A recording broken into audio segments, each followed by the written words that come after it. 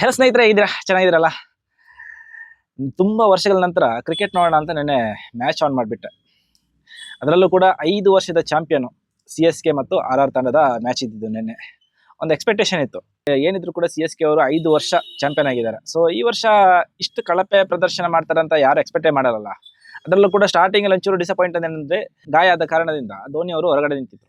So ಆಗಿದ್ರು ಕೂಡ ಪರವಾಗಿಲ್ಲ, ಒಂದು ಹೋಪ್ ಇತ್ತು, ಒಂದು ರೇಂಜಲ್ಲಿ ಆಟ ಆಡ್ತಾರೆ ಅಂತ. ನಿನ್ನೆ ಎಷ್ಟೋ ವರ್ಷಗಳ ನಂತರ ನಾನು ನೋಡಿರೋದು IPL. ನೋಡ್ತಾ ಇದ್ದೆ ಮೊದಲು, ಬಟ್ ಒಂಚೂರು ಆ ಕಡೆ ಈ ಕಡೆ ಅಂತ ಹೇಳಿ ನೋಡಕ್ ಹೋಗಿರ್ಲಿಲ್ಲ. ಬಟ್ ಈ ವರ್ಷ ನೋಡೋಣಪ್ಪ ಹೆಂಗಿದೆ IPL ಅಂತ ನೋಡಕ್ ಟ್ರೈ ಮಾಡಿದ್ರೆ ಸ್ಟಾರ್ಟಿಂಗ್ ಎಲ್ಲ ಡಮಾರ್ ಡಮಾರ್ ಡಮಾರ್ ಡಮಾರ್ ಅಂತ ಔಟ್ ಆಗಿತ್ತು. ಆಕ್ಚುಲಿ ನಿನ್ನೆದು ಗುವಾಹಟಿಯಲ್ಲಿ ನಡೆದಂತಹ ಮ್ಯಾಚ್ ಯಾರಾದ್ರೂ ಎಕ್ಸ್ಪೆಕ್ಟ್ ಮಾಡಿದ್ರ CSK ಅವರು ಈ ರೀತಿ ಮಕಾಡೆ ಮಲಗ್ತಾರೆ ಅಂತ? ನಾನಂತ ಎಕ್ಸ್ಪೆಕ್ಟ್ ಮಾಡಿರ್ಲಿಲ್ಲ. CSK ಅಂದ್ರೆ ಒಂದು ರೇಂಜ್ ಅಲ್ಲಿ ಅವ್ರದ್ದೊಂದು ಸೆಟ್ ಮಾಡಿಟ್ಟಿದಾರಲ್ಲ, ಯಾವ ರೀತಿ ಆಟ ಆಡ್ತಾರೆ ಅವರು, ಯಾವ ರೀತಿ ಒಂದು ಟಾರ್ಗೆಟ್ ರನ್ ಕೊಡ್ತಾರೆ ಅಂತ. ಸೊ ಕನಿಷ್ಠ ಪಕ್ಷ ಅದ್ರ ಹತ್ರ ಆದ್ರೂ ನೆನ್ನೆ ಅವ್ರು ಬರಬೇಕಿತ್ತು. ನಿನ್ನೆ ಒಳ್ಳೆ ಗಲ್ಲಿಯಲ್ಲಿ ಆಟ ಆಡ್ದ ರೀತಿಯಲ್ಲಿ ಆಟ ಆಡ್ತಾ ಇದ್ರು, ಪರದಾಡ್ತಾ ಇದ್ರು, 3 ಅಂಕೆ ದಾಟಕ್ಕೆ ಪರದಾಡ್ತಾ ಇದ್ರು. ಎಲ್ಲಾದ್ರೂ ಓವರ್ ಇರ್ತಾ ಇರ್ಲಿಲ್ಲ ಅಂತ ಆದ್ರೆ 100 ದಾಟ್ತಾ ಇರ್ಲಿಲ್ಲ ಅವರು. ಆಕ್ಚುಲಿ ಏನ್ ಗೊತ್ತಾ, ಇವಾಗ CSK ಅಲ್ಲಿ ಇತ್ತೀಚೆಗೆ ವರ್ಲ್ಡ್ ಕಪ್ T20 ಮಿಂಚಿದಂತಹ ಸಂಜು ಅವರಿದ್ರು. ಸಂಜು ಬಾಯಿ ಇದಾರೆ ಅಂತ ಹೇಳಿದ್ರೆ, ಇವಾಗ ನಿನ್ನೆ ಅದೊಂದು ಪ್ರೊಡಿಕ್ಷನ್ ನೋಡಿದೆ ನಾನು. ಇಂಪ್ಯಾಕ್ಟ್ ಪ್ಲೇಯರ್ ಆಗಿ ಯಾರು ಜಾಸ್ತಿ ವರ್ಕ್ ಮಾಡ್ಬೋದು ಅಂತ ಜಡೇಜಾ ಮತ್ತು ಸಂಜು ಅವ್ರದ್ದು ಫೋಟೋ ಹಾಕಿದ್ರು. ಸೊ 75% ಸಂಜು ಅವ್ರಿಗೆ ಓಟ್ ಹಾಕಿದ್ರು. ಯಾಕೆಂತ ಹೇಳಿದ್ರೆ ಸಂಜು ಅವರು ಲಾಸ್ಟ್ ಇಯರ್ RR ಅಲ್ಲಿ ಆಟ ಆಡ್ತಾ ಇದ್ರು, ಜಡೇಜಾ ಅವರು CSK ಅಲ್ಲಿ ಆಟ ಆಡ್ತಾ ಇದ್ರು. ಈ ವರ್ಷ ಇಬ್ರು ತದ್ವಿರುದ್ಧ. ಸೊ ಅದರಿಂದ ಅವರಿಬ್ರದ್ದು ಮ್ಯಾಚ್ ಅಲ್ಲಿ ಇಂಪಾರ್ಟೆಂಟ್ ಆಗುತ್ತಲ್ಲ, ಹಾಗಾಗಿ ಅವರಿಬ್ಬರ ನಡುವೆ ಪ್ರಿಡಿಕ್ಷನ್ ನಡೆದಿತ್ತು. ಬಟ್ ಸಂಜು ಅವರ ಮೇಲೆ 75% ವೋಟ್ ಬಂದಿದ್ರೆ 25% ಜಡೇಜಾ ಅವರ ವೋಟ್ ಮೇಲೆ ಬಂದಿತ್ತು. ಯಾಕೆಂತ ಹೇಳಿದ್ರೆ ಸಂಜು ಬಾಯಿ ಅವ್ರದ್ದು ಲಾಸ್ಟ್ ಟೈಮ್ ಇದ್ದು T20 ಏನ್ ಆಟ ಆಡಿದ್ರು ಅದ್ರ ಮೇಲೆ ಜನ ಏನೊಂದು ಎಕ್ಸ್ಪೆಕ್ಟೇಷನ್ ಬಿಲ್ಡ್ ಮಾಡಿದ್ರು, ಈ ರೀತಿಯಾಗಿ ಅವರು ಆಟ ಆಡ್ಬೋದು ಅಂತ. ಆ ಎಕ್ಸ್ಪೆಕ್ಟೇಷನ್ ನ ರೀಚ್ ಆಗಿಲ್ಲ. ಬಟ್ ಒಂದ್ ಮ್ಯಾಚ್ ಮೇಲೆ ನಾವು ಯಾವ್ದನ್ನ ಜಡ್ಜ್ ಮಾಡಕ್ ಆಗಲ್ಲ. ಫಸ್ಟ್ ಆಫ್ ಆಲ್ ನಿನ್ನೆ ಮ್ಯಾಚ್ ಹೇಗಿತ್ತು, ಸ್ಟಾರ್ಟ್ ಆಗುವಾಗ ಯಾವ ರೀತಿ ಎಕ್ಸ್ಪೆಕ್ಟೇಷನ್ ಇತ್ತು, ಆ ಎಕ್ಸ್ಪೆಕ್ಟೇಷನ್ ನ CSK ಅವರು ರೀಚ್ ಮಾಡಿದ್ರ, ಇಲ್ಲ RR ಅವರು ನಿಮ್ಮ ಎಕ್ಸ್ಪೆಕ್ಟೇಷನ್ ನ ರೀಚ್ ಮಾಡಿದ್ರ ಅನ್ನೋದನ್ನ ಕಮೆಂಟ್ ಸೆಕ್ಷನ್ ಅಲ್ಲಿ ತಿಳಿಸಬಹುದು. ಇನ್ನು ಮುಂದೆ IPL ಮುಗಿಯೋವರೆಗೂ ನಾನೇನು IPL ನೋಡ್ತಾ ಇರ್ತೀನಿ, ಅದರದ್ದು ನನ್ನ ಅಭಿಪ್ರಾಯವನ್ನ ಯೂಟ್ಯೂಬ್ ಚಾನಲ್ ಆಗ್ತಾ ಇರ್ತೀನಿ. ನೀವು ಯಾರ್ಯಾರು IPL ಪ್ರಿಯರ್ ಇದ್ದೀರಾ, ಕ್ರಿಕೆಟ್ ಪ್ರಿಯರ್ ಇದ್ದೀರಾ, ನೀವು ಕಮೆಂಟ್ ಸೆಕ್ಷನ್ ಅಲ್ಲಿ ನಿಮ್ಮ ಅಭಿಪ್ರಾಯವನ್ನ ಹೇಳ್ಬೋದು. ನಿನ್ನೆ ಮ್ಯಾಚ್ ಸ್ಟಾರ್ಟ್ ಆಗುವ ಮೊದಲೇ ಬಹುತೇಕ ಕ್ರಿಕೆಟ್ ತಜ್ಞರ ಅಭಿಪ್ರಾಯ ಏನಿತ್ತು ಅಂತ ಹೇಳಿದ್ರೆ, ಗುವಾಹಟಿದು ಜಾಸ್ತಿಯಾಗಿ ಬೌಲರ್ಗಳಿಗೆ ಫೇವರ್ ಆಗಿರುತ್ತೆ. ಸೊ ಇಲ್ಲಿ ಟಾಸ್ ಯಾರು ಗೆಲ್ತಾರೆ ಅವರಿಗೆ ಅದು ಆ ಮ್ಯಾಚ್ ಫೇವರ್ ಆಗಿ ನಿಲ್ಬೋದು ಅನ್ನೋದು ಕ್ರಿಕೆಟ್ ತಜ್ಞರ ಅಭಿಪ್ರಾಯ ಆಗಿತ್ತು. ಇನ್ನೊಂದು ಮಳೆ ಬರುವ ಸಾಧ್ಯತೆನೂ ಇತ್ತು. ಸೊ ಹಂಗಾಗಿ ಟಾಸ್ ಯಾರು ಗೆಲ್ತಾರೆ ಅವರು ಮ್ಯಾಚ್ ಗೆದ್ದಂಗೆ ಅನ್ನೋ ಪ್ರಿಡಿಕ್ಷನ್ ನಡೀತಾ ಇತ್ತು. ಸೊ ಅದ್ರ ತರನೇ ನಿನ್ನೆ ನಡೆದಿದೆ. ಸೊ ಅದ್ ನಿನ್ನೆ ಎರಡು ತಂಡದ ಪ್ಲೇಯರ್ಸ್ ಗಳ ಮೇಲೆ ಅದು ತಲೆಯಲ್ಲಿ ಕೂತಿತ್ತು ಅಂತ ಅನ್ಕೋತೀನಿ ನಾನು. ಯಾಕೆಂತ ಟಾಸ್ ಸೋತಾಗ CSK ಕ್ಯಾಪ್ಟನ್ ಹತ್ರ ಕೇಳ್ತಾರೆ, ಏನ್ ನಿಮ್ಮ ಅಭಿಪ್ರಾಯ ಏನಿತ್ತು ಇದ್ರ ಬಗ್ಗೆ ಅಂತ. ಸೊ ಅವಾಗ ಅವರು ಹೇಳಿರೋದಷ್ಟೇ, ನಮ್ಗೆ ಟಾಸ್ ವಿನ್ ಆಗ್ಬೇಕು ಅಂತ ಇತ್ತು, ಟಾಸ್ ವಿನ್ ಆಗಿ ಬೌಲಿಂಗ್ ಮಾಡ್ಬೇಕು ಅಂತ ನಮ್ದು ಆಯ್ಕೆ ಇತ್ತು. ಬಟ್ ಅನ್ಫಾರ್ಚುನೇಟ್ಲಿ ನಮ್ಗೆ ಟಾಸ್ ಗೆದ್ದಿಲ್ಲ ನಾವು. ಬಟ್ ಪರವಾಗಿಲ್ಲ, ನಾವು ನಮ್ಮ ಕಾನ್ಫಿಡೆಂಟ್ ಲೆವೆಲ್ ಅಲ್ಲಿ ನಾವು ಆಟ ಆಡ್ತೀವಿ ಅಂತ ಅವ್ರು ಹೇಳಿದ್ರು. ಆದ್ರೆ CSK ಸ್ಟಾರ್ಟಿಂಗ್ ಇಂದಾನೆ ವಿಲ ಅಂತ ಒದ್ದಾಡ್ಲಿಕ್ಕೆ ಶುರು ಮಾಡ್ತು. ಯಾರು ಎಕ್ಸ್ಪೆಕ್ಟೇ ಮಾಡಿರ್ಲಿಲ್ಲ CSK ಅವರು ಈ ರೀತಿ ಒದ್ದಾಡ್ತಾರೆ ಅಂತ.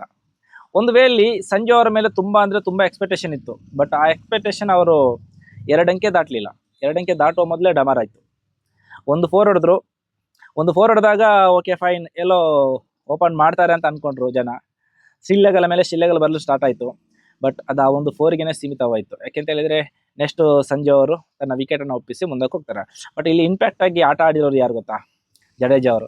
ಜಡೇಜಾ ಅವರನ್ನ CSK ಅವರು ಕೈ ಬಿಟ್ಟಿದ್ರು. ತುಂಬಾ ವರ್ಷಗಳು ಜಡೇಜಾ ಅವರು CSK ಗಾಗಿ ಆಟ ಆಡ್ತಾ ಇದ್ರು. MS ಧೋನಿ, ಸುರೇಶ್ ರೈನಾ ಬಿಟ್ರೆ ಐ ಥಿಂಕ್ ಇವ್ರು ಜಡೇಜಾ ಅವರು ಆಗಿರ್ಬೇಕು ತುಂಬಾ ವರ್ಷಗಳ ಕಾಲ CSK ಗೆ ಆಟ ಆಡಿರೋದು. ಸೊ ಅಷ್ಟು ವರ್ಷಗಳ ಆಟ ಆಡಿರೋ ಒಬ್ಬ ವ್ಯಕ್ತಿಯನ್ನ CSK ಬಿಟ್ಟಾಗ ನಾರ್ಮಲ್ ಆಗಿ ಅವ್ರಿಗಿರುತ್ತೆ, ಆ ವ್ಯಕ್ತಿಗಿರುತ್ತೆ, ಇವ್ರು ಕಲಿಸಲೇಬೇಕು, ನನ್ನ ಆಟ ಏನಂತ ಇವರಿಗೆ ತೋರಿಸಲೇಬೇಕು ಅನ್ನೋದು ಇದಿರುತ್ತೆ.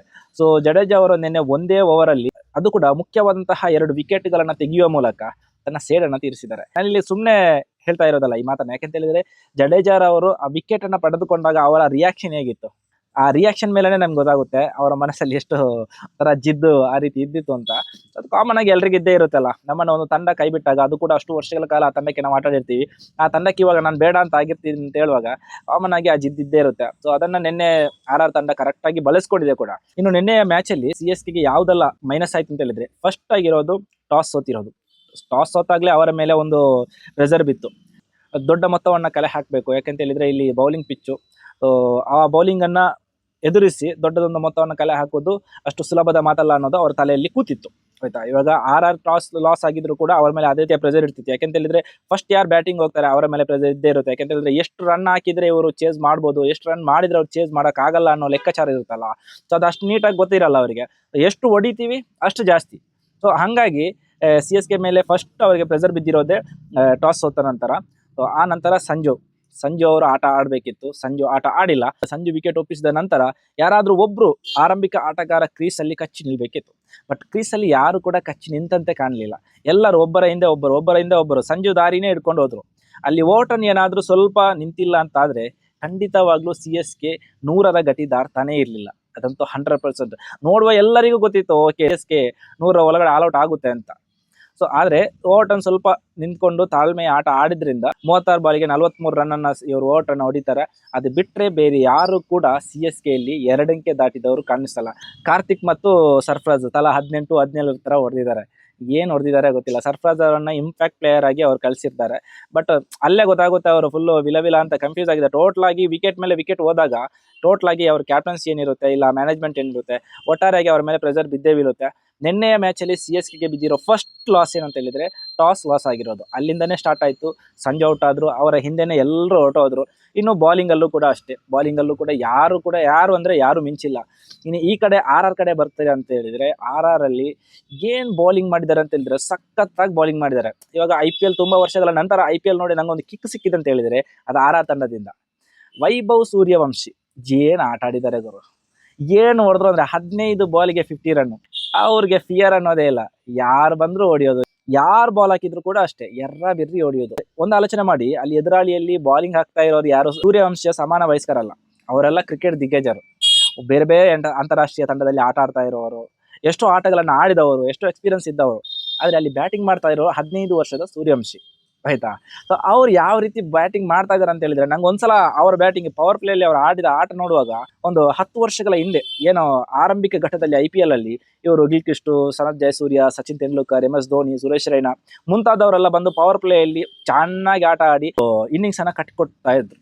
ಸೊ ಅದು ನನಗೆ ನೆನಪಿಗೆ ಬಂತು. ಯಾಕೆಂತ ಹೇಳಿದ್ರೆ ಪವರ್ ಪ್ಲೇ ಅಲ್ಲಿ ಯಾವ ತಂಡ ಅದನ್ನ ಚೆನ್ನಾಗಿ ಬಳಸ್ಕೊಳ್ತಾರೆ, ಬೌಲಿಂಗ್ ಅಲ್ಲಾಗ್ಲಿ ಇಲ್ಲ ಬ್ಯಾಟಿಂಗ್ ಅಲ್ಲಾಗ್ಲಿ, ಸೊ ಆ ತಂಡಕ್ಕೆ ಗೆಲುವಿನ ಹಾದಿ ಸುಗಮವಾಗಿರ್ತದೆ.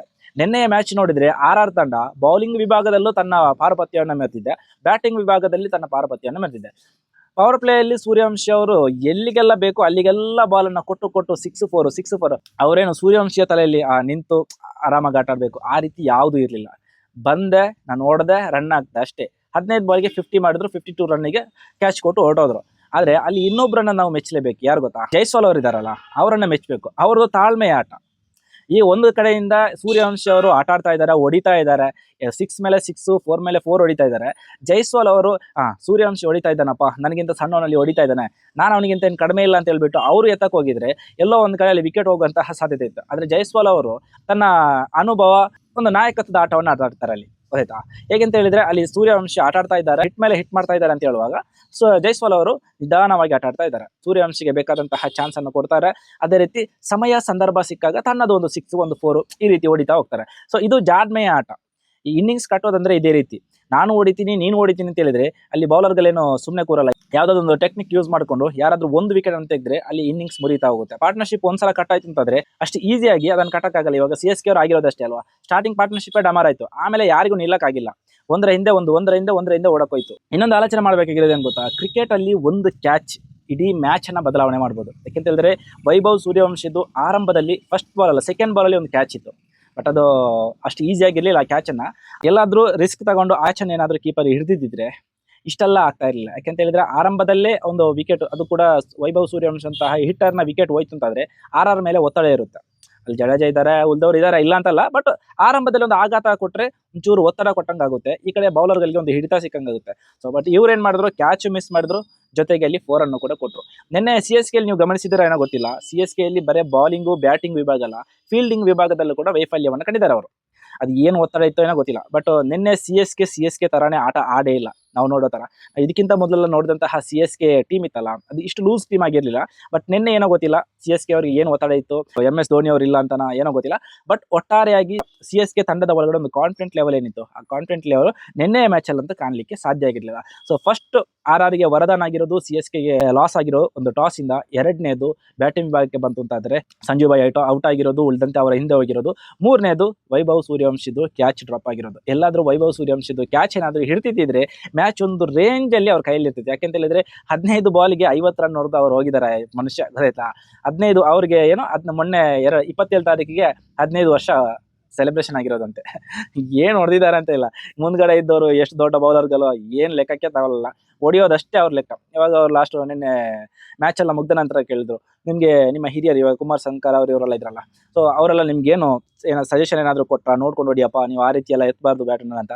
ಅವ್ರು ಹೇಳ್ತಾರೆ, ಇಲ್ಲ ಆ ರೀತಿ ಏನು ಹೇಳಿಲ್ಲ, ನಿನ್ನ ಆಟವನ್ನ ನೀನು ಆಡು, ಕಾನ್ಸಂಟ್ರೇಟ್ ಮಾಡು ಅಂತ ಹೇಳ್ತಾರೆ ಅಂತ. ಸೊ ಇದು ಬೇಕಾಗಿರೋದು ಒಂದು ಟೀಮಲ್ಲಿ. ಯಾರಾದ್ರೂ ಒಬ್ರು ಹಿಟ್ಟರ್ ಇದ್ದಾರೆ ಅಂತ ಹೇಳಿದ್ರೆ ಅಲ್ಲಿ 4 ಜನ ಬಂದೆ ನೀನು ಹಿಂಗಾಡು ಹಂಗಲ್ಲ, ನೋಡ್ಕೊಂಡು ಆಡು ಅಂತ ಮಾತ್ರ ಹೇಳೋದು ಬಿಟ್ಟರೆ ಅದಕ್ಕೆ ಇಂಟರ್ಫಿಯರ್ ಆಯ್ತು ಅಂತಂದ್ರೆ ಅವರ ಆಟವನ್ನ ಕೆಡಿಸಿದಂತೆ. ಬಟ್ RR ತಂಡದಲ್ಲಿ ಆ ರೀತಿ ಯಾರು ಮಾಡಿಲ್ಲ ಅಂತ ಅನ್ಸುತ್ತೆ. ಇನ್ನು ನಿನ್ನೆ ಮ್ಯಾಚ್ ಅನ್ನ ಕಂಪ್ಲೀಟ್ ಆಗಿ ಅಬ್ಸರ್ವ್ ಮಾಡಿದ್ರೆ RR ತಂಡ ಪಕ್ಕ ಪ್ಲಾನ್ ಮಾಡಿ ಅದನ್ನ ಎಕ್ಸಿಕ್ಯೂಟ್ ಮಾಡಿದ್ದಾರೆ. ಯಾವ ರೀತಿ ಬೌಲಿಂಗ್ ಅಲ್ಲಿ ಇವರು ಆರ್ಚರ್ ಅವರು ಬಾಲ್ ಹಾಕಿದ್ದಾರೆ, ಏನ್ ಬಾಲ್ ಹಾಕಿದ್ದಾರೆ ಅಂದ್ರೆ 17 ಬಾಲ್ ಡಾಟ್ಸ್ ಮಾಡಿದ್ದಾರೆ. IPL ಅಲ್ಲೆಲ್ಲ, ಅದು ಕೂಡ ಪವರ್ ಪ್ಲೇ ಅಲ್ಲಿ. ಒಟ್ಟಾರೆಯಾಗಿ ನೆನೆ ಮ್ಯಾಚಿನ ಬಗ್ಗೆ ಹೇಳಬೇಕಾದ್ರೆ RR ತಂಡದ ಬ್ಯಾಟ್ಸ್ಮನ್ಗಳು ಮತ್ತು ಬೌಲರ್ಗಳು ತಮ್ಮ ತಮ್ಮ ಜವಾಬ್ದಾರಿಯನ್ನ ಅಚ್ಚುಕಟ್ಟಾಗಿ ನಿರ್ವಹಿಸಿದ್ದಾರೆ. ಅದರಿಂದಾಗಿ ನಿನ್ನೆಯ ಗೆಲುವು ಅಷ್ಟು ಈಸಿ ಆಯ್ತು. ಇಲ್ಲ ಅಂತಂದ್ರೆ ಬೌಲರ್ಗಳು ಏನಾದರೂ ಲೂಸ್ ಬಿಟ್ಟಿರ್ತಿದ್ರೆ ಅವರೊಂದು ಗೌರವಿತ ಮೊತ್ತವನ್ನ ಕಲೆ ಹಾಕ್ಬೋದಿತ್ತು. ಯಾರಿಗೆ? CSK ಅವರಿಗೆ. CSK ಅವರು ಈ ರೀತಿ ಒಂದು 127 ರನ್ನಿಗೆಲ್ಲ ಈ ರೀತಿ ವಿಲ ಒದ್ದಾಡ್ತಾರೆ, 127 ರನ್ ಮಾಡ್ಲಿಕ್ಕೆ ಇಷ್ಟೆಲ್ಲ ಒದ್ದಾಡ್ತಾರೆ ಅಂತ ಯಾರು ಅನ್ಕೊಂಡಿರ್ಲಿಕ್ಕಿಲ್ಲ. ನಮ್ಮ ಲೆಕ್ಕಾಚಾರದಲ್ಲಿ ಒಂದು 180+ ಹೋಗ್ಬೋದು ಅಂತ ನಾನು ಅನ್ಕೊಂಡಿದ್ದೆ. CSK ಅವರು ಹೆಚ್ಚು ಕಮ್ಮಿ ಇವಾಗ ಸ್ಟಾರ್ಟಿಂಗ್ ನಾನು ಹೋಗುವ 7 ಪಾಯಿಂಟ್ ಅಲ್ಲಿ ಏನೋ ರನ್ ರೇಟ್ ಇತ್ತು ಅವ್ರದ್ದು. ಬಟ್ ಹೋಗ್ತಾ ಹೋಗ್ತಾ ಹೋಗ್ತಾ ಅದು ಡಮಾರ್ ಆಗೋಯ್ತು. ಬಿಡಿ, ಅದ್ರ ಬಗ್ಗೆ ಮಾತಾಡಿ ಪ್ರಯೋಜನ ಇಲ್ಲ. RR ತಂಡದವರ ಕಡೆಯಿಂದ ಅಂತ ಬೌಲರ್ಗಳು ಕೂಡ ಅಷ್ಟೇ ನೀಟಾಗಿ ತಮ್ಮ ಕೈ ಛಲಕವನ್ನು ತೋರಿಸಿದ್ದಾರೆ. ಅದೇ ರೀತಿ ಬ್ಯಾಟ್ಸ್ಮನ್ಗಳು ಕೂಡ ನೀಟಾಗಿ ಶಿಸ್ತಿನ ಆಟವನ್ನು ಆಡಿದ್ದಾರೆ. ಸೂರ್ಯವಂಶಿ ಮತ್ತು ಯಶಸ್ವಿ ಜೈಸ್ವಾಲ್ ಅವರದ್ದು ಆಟವನ್ನು ಮೆಚ್ಚಲೇಬೇಕು. ಆರಂಭಿಕ ಏನು ಪಾರ್ಟ್ನರ್ಶಿಪ್ ಇದೆ ಅದು ನೀಟಾಗಿ ಪವರ್ ಪ್ಲೇಯಲ್ಲಿ ಯೂಸ್ ಮಾಡಿಕೊಂಡು ಅಷ್ಟೇ ನೀಟಾಗಿ ಬಿಲ್ಡ್ ಮಾಡಿ ಕೊಟ್ಟಿದ್ದಾರೆ. ಈ ಪಾರ್ಟ್ನರ್ಶಿಪ್ ಏನು ಪವರ್ ಪ್ಲೇಯಲ್ಲಿ ತಮ್ಮ ಆಟವನ್ನು ಆಡಿ ಒಂದು ಗೌರವಿತ ಮೊತ್ತವನ್ನು ಕಲೆ ಹಾಕಿ ಕೊಟ್ಟಿತ್ತು. ನೆಕ್ಸ್ಟ್ ಬಂದವರಿಗೆ ಅಷ್ಟೇನೋ ಪ್ರೆಷರ್ ಬಿದ್ದಿರಲಿಲ್ಲ. ಹೆಂಗೋ ಬಾಲ್ ಇದೆ, ಆರಾಮಾಗಿ ಚೇಸ್ ಮಾಡ್ಕೊಂಡು ಹೋಗ್ಬೋದು ಅಂತ. ಬಟ್ ಇವರು ನಮ್ಮ ಪರಾಗ್ ಅವರು ಇದಾರಲ್ಲ, RR ತಂಡದ ಕ್ಯಾಪ್ಟನ್ ಅವರು, ಹೆನ್ರಿ ಅವರು 12ನೇ ಓವರ್ ಎಸೆತವನ್ನ ಕೊನೆಯ ಬಾಲನ್ನು ಎಸಿತಾರೆ. ಎಸೆಯುವಾಗ ಅವರಿಗೆ ಪರಾಗ್ ಅವ್ರಿಗೆ ಏನಿರುತ್ತೆ ಅಂತಂದ್ರೆ 2 ರನ್ ಬೇಕು. 12ನೇ ಓವರಲ್ಲಿ ವಿನ್ ಆಗ್ಲಿಕ್ಕೆ ಅವರಿಗೆ 2 ರನ್ ಬೇಕು. ಇನ್ನು 8 ಓವರ್ ಬಾಕಿ ಇತ್ತು. ಬಟ್ ಆ 12ನೇ ಓವರಲ್ಲಿ ಮುಗಿಸೋಣ ಅನ್ನೋದು ಪರಾಗ್ ಅವ್ರದ್ದು ಏನೋ ಲೆಕ್ಕಾಚಾರ ಆಗಿರುತ್ತೆ ಏನೋ ಗೊತ್ತಿಲ್ಲ. ಸೊ ಆದಷ್ಟು ಬೇಗ ಮುಗಿಸಿದ್ರೆ ರನ್ ರೇಟ್ ಇವ್ರಿಗೆ ಜಾಸ್ತಿ ಗೊತ್ತಲ್ಲ. ಸೊ ಇವ್ರು ಏನ್ ಮಾಡ್ತಾರೆ, ಥರ್ಡ್ ಅಂಪೈರ್ಗೆ ಅಪೀಲ್ ಮಾಡ್ತಾರೆ. ಹೆನ್ರಿ ಅವರ ಕೊನೆಯ ಎಸೆತ ಅದು ವೈಡ್ ಅನ್ನೋದು. ನಿನ್ನೆ RR ಅವರಿಗೆ ಎಲ್ಲಾನು ಲಕ್ಕಲ್ಲೇ ಇತ್ತು. ಸೊ ಆ ಎಸೆತ ವೈಡ್ ಅನ್ನೋದು ಕೂಡ ಅಂಪೈರ್ ಕೊಟ್ಟಿರ್ಲಿಲ್ಲ. ಬಟ್ ಥರ್ಡ್ ಅಂಪೈರ್ ಏನ್ ಡಿಸಿಷನ್ ಇತ್ತು ಅದು ವೈಡ್ ಆಗಿತ್ತು. ಬಟ್ ಹೆನ್ರಿ ಅವರು ಲಾಸ್ಟ್ ಕೊನೆಯ ಎಸೆತವನ್ನ ಜಾಣ್ಮೆಯಾಗಿ ಎಸೆದ್ರು. ಅದರಿಂದಾಗಿ 3ನೇ ಓವರ್ನ ಮೊದಲನೇ ಎಸೆತದಲ್ಲಿ ಅವರು ಮ್ಯಾಚ್ ಅನ್ನ ಮುಗಿಸ್ತಾರೆ RR ಅವರು. ಬೇರೆ ವಿಚಾರ. ಬಟ್ ನಾನು ಹೇಳೋದು ಕೆಲವೊಂದು ಸಲ ಲಕ್ಕು ಅಲ್ಲಿ ವರ್ಕೌಟ್ ಆಗುತ್ತೆ ಅನ್ನೋದು. ಒಟ್ಟಾರೆಯಾಗಿ ನಿನ್ನೆ RR ತಂಡ ತನ್ನ 2026ನ IPL ಏನ್ ಪಂದ್ಯಾಟ ಇದೆ ಆ ಪಂದ್ಯಾಟದ ಮೊದಲನೇ ಮ್ಯಾಚ್ ಅನ್ನ ತನ್ನದಾಗಿಸಿಕೊಂಡು ಇನ್ನಷ್ಟು ಆತ್ಮಬಲವನ್ನು ಹೆಚ್ಚಿಸಿಕೊಂಡಿದೆ. CSK ತನ್ನ ಮೊದಲನೇ ಮ್ಯಾಚ್ ಅಲ್ಲಿ ಕಳಪೆ ಪ್ರದರ್ಶನವನ್ನ ನೀಡಿ ಒತ್ತಡವನ್ನ ತನ್ನದಾಗಿಸಿಕೊಂಡಿದೆ. ಇದಿಷ್ಟು ನಿನ್ನೆಯ ಮ್ಯಾಚಿನ ಬಗ್ಗೆ ನನ್ನ ಅಭಿಪ್ರಾಯ. ನಿಮ್ಮ ಅಭಿಪ್ರಾಯ ಏನು ಅಂತ ಕಮೆಂಟ್ ಬಾಕ್ಸ್ ಅಲ್ಲಿ ತಿಳಿಸಿ. ಮುಂದಿನ ದಿನಗಳಲ್ಲಿ ಇನ್ನಷ್ಟು ಮಾಹಿತಿಗಳು, ಇನ್ನಷ್ಟು ಚರ್ಚೆಗಳು ಈ ಯೂಟ್ಯೂಬ್ ಚಾನಲ್ ನಾನು ಮಾಡ್ತಾ ಹೋಗ್ತೀನಿ. ನೀವು ಅದ್ರ ಜೊತೆ ಸೇರ್ಕೋತೀರಾ ಅನ್ನೋ ಭರವಸೆ ಇದೆ. Thank you.